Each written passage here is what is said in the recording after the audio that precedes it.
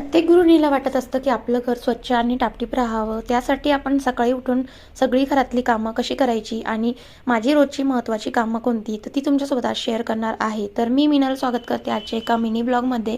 सकाळी उठल्याबरोबर सकाळचा टिफिन, अंघोळ वगैरे झाली की मुलाला रेडी करून मुलगा आणि मिस्टर ऑफिसला ज्यावेळेस जातात, त्यानंतर माझा जो टास्क चालू होतो कामाचा, त्यानंतर मी न थांबता, न मोबाईल बघता लगेचच मी कामाला लागते. सकाळी उठून सगळ्यात आधी मला हॉल क्लीन करायचा असतो. हॉल क्लीन करताना सगळ्यात आधी अंथरूण उचलते, कारण अंथरूण आपल्या घरामध्ये खूप दळिंद्र्यावानी वाटतं. घरामध्ये निगेटिव्ह एनर्जी आपल्या ज्या घरामध्ये येतात अशा गोष्टी आपल्याला लगेच डोळ्यापुढून उचलून घ्यायच्या, कारण घरामध्ये पॉझिटिव्ह आणि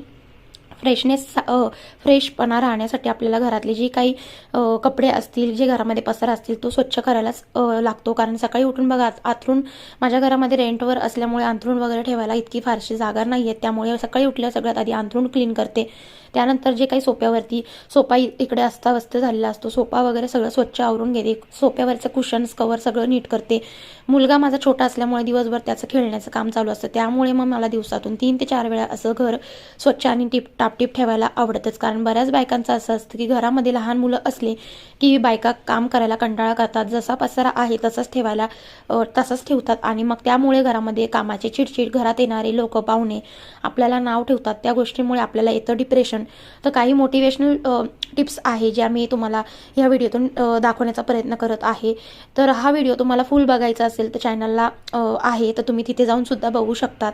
त्याचबरोबर बघा, हॉल क्लिनिंग झाला की बेडरूममध्ये जे काही कपडे वगैरे पडलेले असतात, जसं की टॉवेल, टोपी, जे काही धुवायचे कपडे असतात, सगळे वेगवेगळे करून जागेवर ठेवते. त्यानंतर मग नंतर मग किचनमध्ये आल्यानंतर जी काही सकाळची खरगटी भांडी असतात किंवा जे काही ओट्यावरती घाण पसारा असतो, सगळं क्लीन करून घेते. रोजच्या रोज माझा डेली रुटीनमध्ये सकाळी एकदा, दुपारी एकदा आणि रात्रीची एकदा अशी किचनची क्लिनिंग असतेच.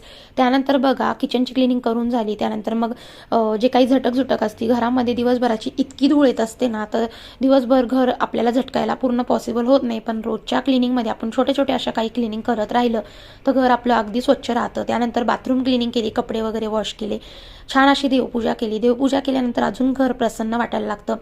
दाराच्या बाहेर असं छान असं पावलं वगैरे आणि थोडंसं हळदी कुंकू वाहून घेतलं. रोजच्या रुटीनमध्ये रांगोळी काढायला जमत नाही, पण असे पावलं वगैरे आपण रोज काढूच शकतो. त्यामुळे आपल्या घरामध्ये लक्ष्मीचा वास राहतो. आपल्या घरामध्ये छान पॉझिटिव्ह आणि प्रसन्न वाटायला लागतं. त्यानंतर बघा, घराची सगळी क्लिनिंग करून झाल्यानंतर घर माझं बघू शकतात अगदी चकाचक झालेलं आहे. 1 तासामध्ये सकाळी अशी सगळी मॉर्निंगची क्लिनिंग मी करत असते. व्हिडिओ आवडला असेल तर चॅनलला सबस्क्राईब करा, लाईक करा, शेअर करा, कमेंट करा आणि हो, इतरांना देखील शेअर करा. चला आता भेटते पुढच्या व्हिडिओमध्ये. आणि हो, माझ्या व्हिडिओ रोज 2:30 वाजता येत जाणार आहे, तर नक्कीच सपोर्ट करा.